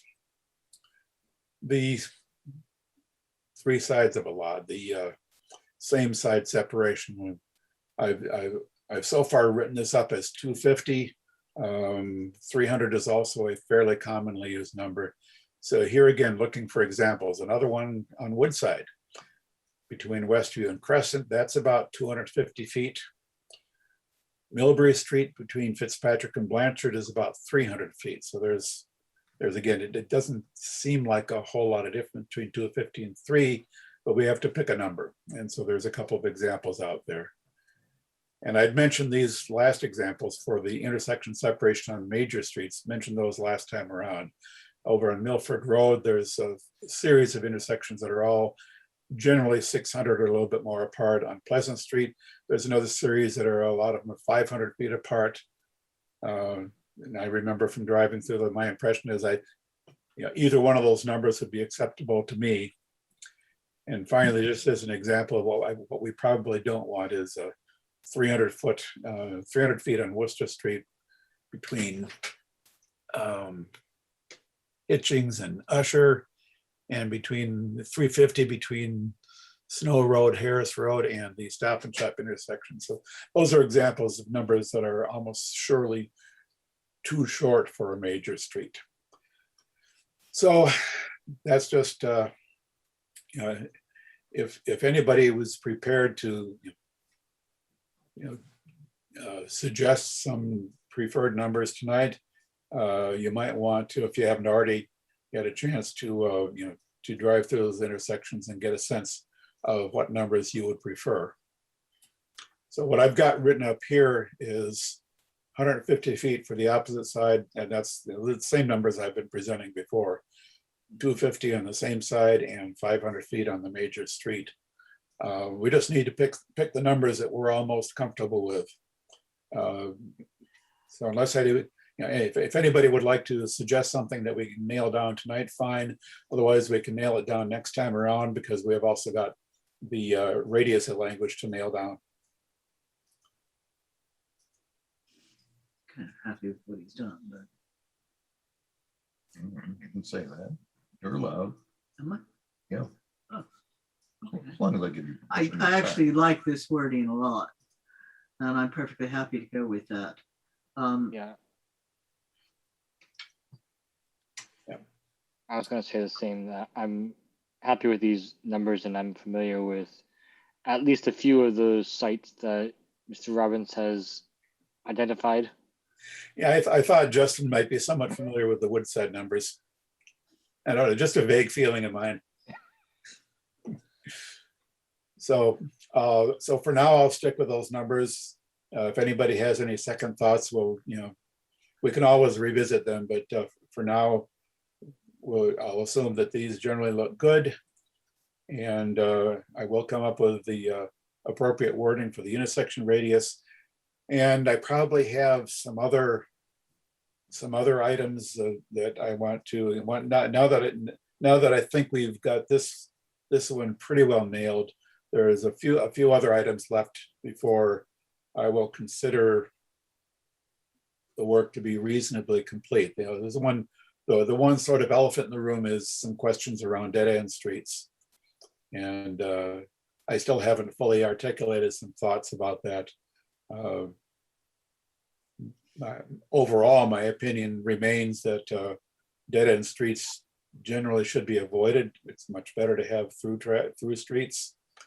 And the questions that come up are what to do when you can't fully connect your street network, and under what circumstances, if any, do we want to think about some changes to our rules. But I'm not even ready to bring something up for discussion on that. And there are a few other, I think, a few other relatively modest items. I'm going back through my list of all the things I've written up over the last year. about subdivision rules changes and trying to figure out, well, what have we already got incorporated into my draft document and what's left to do. And I think, hopefully I'm getting close to the point where we can actually consider completing this job and actually approving an update, but we're not quite there yet. Any other thoughts? Otherwise, I'll move on from this topic for tonight. Seeing none. Is that all that for you, Dave? That's all I have for tonight on subdivision rules. Okay. Without objection, we can move on to general business. Bills. Quite a bill Yeah, there. there is. I think, I move that we approve the bills and authorize the planner to sign on behalf of the board. second, Moved and seconded. Any discussion? Hearing none. Dave, Aye. Justin, Aye. Linda, aye. Prabhu. Aye. I vote aye. Motion carries. Minutes of previous meetings. Did we Didn't have, see any, no. we didn't have any minutes, did we? No. Staff report. So I have a couple things to bring to the board's attention. The first of is the Brossie appeal hearing. So that's a subdivision that was denied and subsequently appealed. As that moves forward in the courts, there is a hearing upcoming April 23rd. If there's any update from that hearing that needs to be provided to the board, we can have an executive session. But beyond that, I don't have any details currently for the board to discuss. The other thing, this week, actually last Friday, conducted a site visit with the consultants for the local rapid recovery plan program, looking at helping businesses to recover from the impacts of COVID-19 in town. This is a new project or new program this year through the state. And so it's kind of evolving, and we're certainly learning as we go as well. During our site visit, from the initial application, I had looked at the entire Route 120 corridor, trying to touch on pretty much every business node in town. As the program guidance has evolved, they're really looking at a 1 mile strip and really focusing in on one location. So in talking with the project consultant, what was selected was the portion of Route 140 and Route 30 from High Street to Route 122, essentially from the North Grafton library down to Grafton Grill, and that a little bit of section in there. There's kind of a triangle piece, but that captures a number of restaurants, a diversity of businesses, including dentists, obviously the library. It includes a park, Perry Hill Park up there, and I think it's the Washington Mills. So it had a diversity of business types that I think could benefit from this program. We have a survey that's active, and I included a link to that in the planning department report to the select board. This survey is specifically geared towards businesses in that location. It's not really intended for residents to participate. So we're also distributing the flyers and the survey information directly to the businesses by hand. Another benefit of having an economic development coordinator who can conduct that work and is in tune with the local businesses on a daily basis anyways. So it's fairly easy lift for him to go out and engage them directly to get some participation in that survey. In terms of that, I just want to say, other businesses in town, I hope they don't feel left out. The intent of our department moving forward and economic development is to run this program. It's going to be very quick. And we're going to look at that specific area. We're hoping that the end product of this report and plan we can take that process and kind of copy and paste and retailer it to each of the different business nodes. So although we're starting in that small section, I fully expect that we will expand that program either internally or if we can get a consultant or use LPA hours, we'll look at how we can options to expand that program and use it in the other business locations. I expect there's going to be a lot of good insight gleaned from this program. And so I would want to capture other businesses. So don't feel left out. We're going to get to you. It's just that's the guidance from the state in terms of the program is we really had to narrow it down. So that's my kind of update for now. Let's see, what was it? It was something that just came up in social media. Oh, I suppose it was the proposal for 25 Worcester Street. That's been in social media, and I'm not sure how many people actually understand that.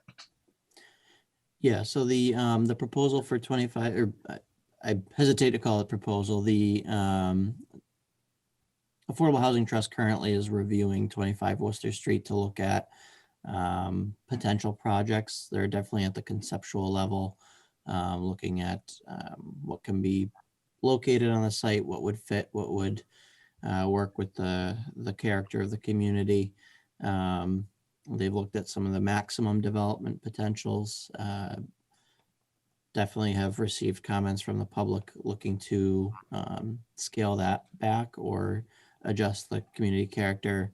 And I think those comments were heard and upcoming at on the 15th is the next Affordable Housing Trust meeting. They'll be looking at adjusted. There's been several other concept plans that are have been developed that they'll be looking at, some smaller in scale, some in between. And so we'll continue that conversation, but it is really conceptual level at this point. So nothing is formally proposed, but we're happy to have those comments and happy to kind of engage with the community in that way. So what's the status of the question that we took up, I think it was the last time, about the DPW site and the proposal that was put forward?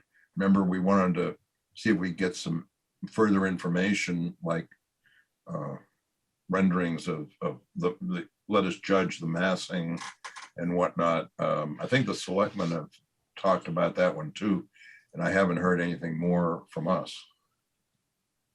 yeah, we've received some comments back from, so that was, we distributed the proposal and we were looking for comments back. We have been receiving comments back from the various boards and committees, and we're working to address those comments. I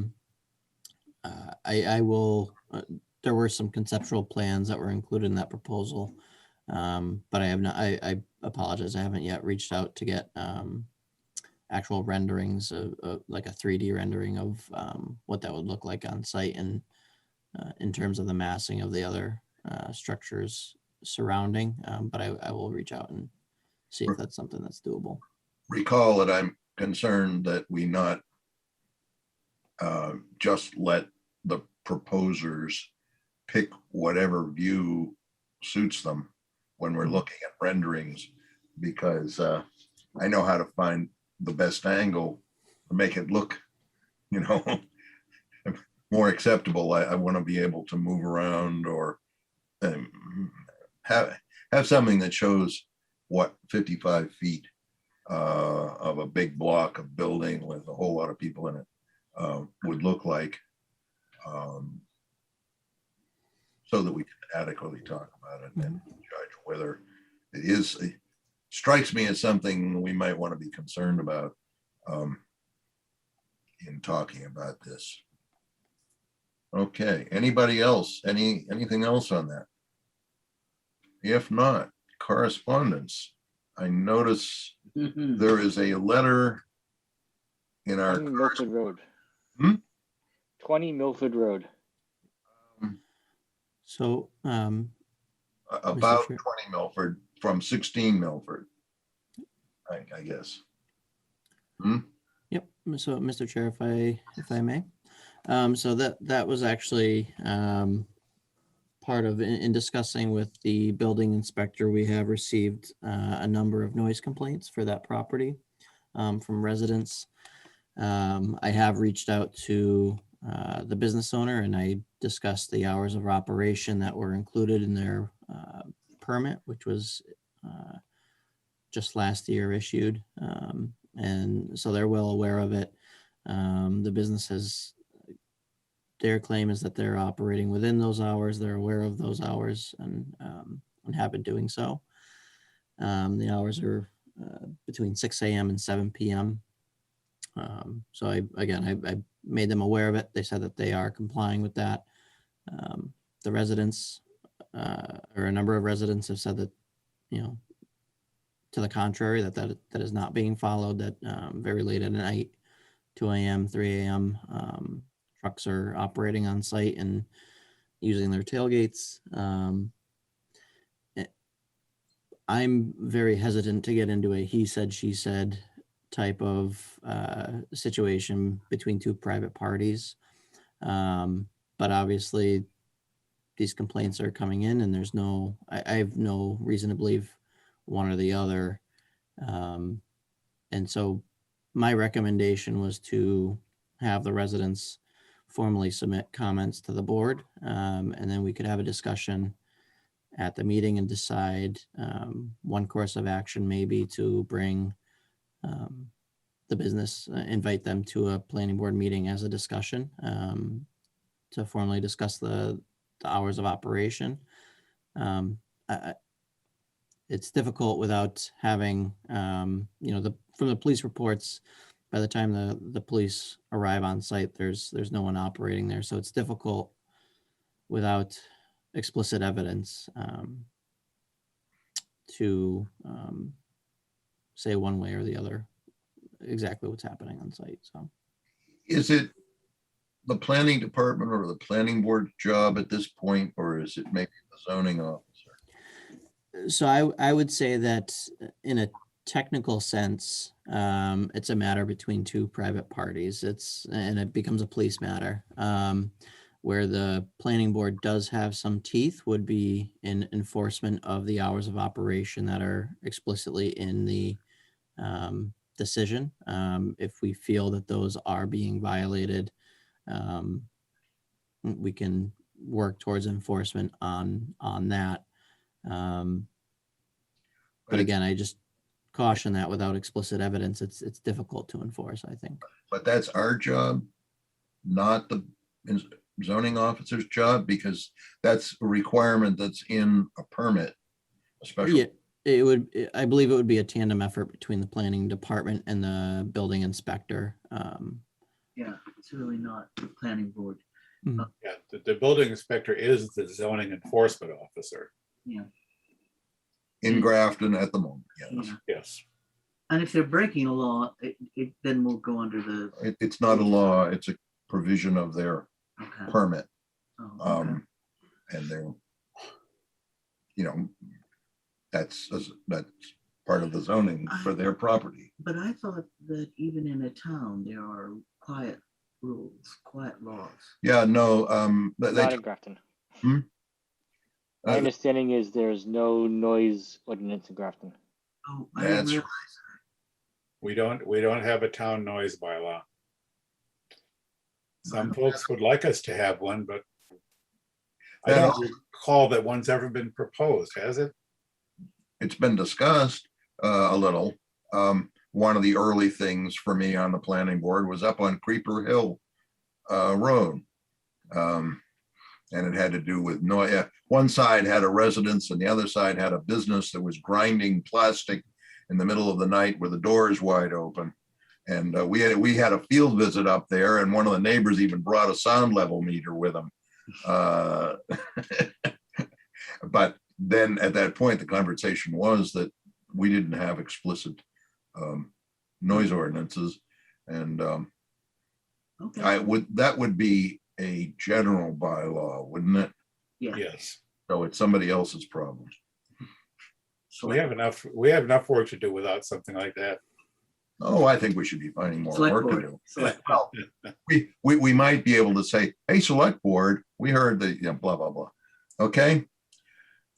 Anything else? I don't hear anything else. Is there anything else that may lawfully come before us? Well, I do have one small report from planning board representative. I see something. Yes, go.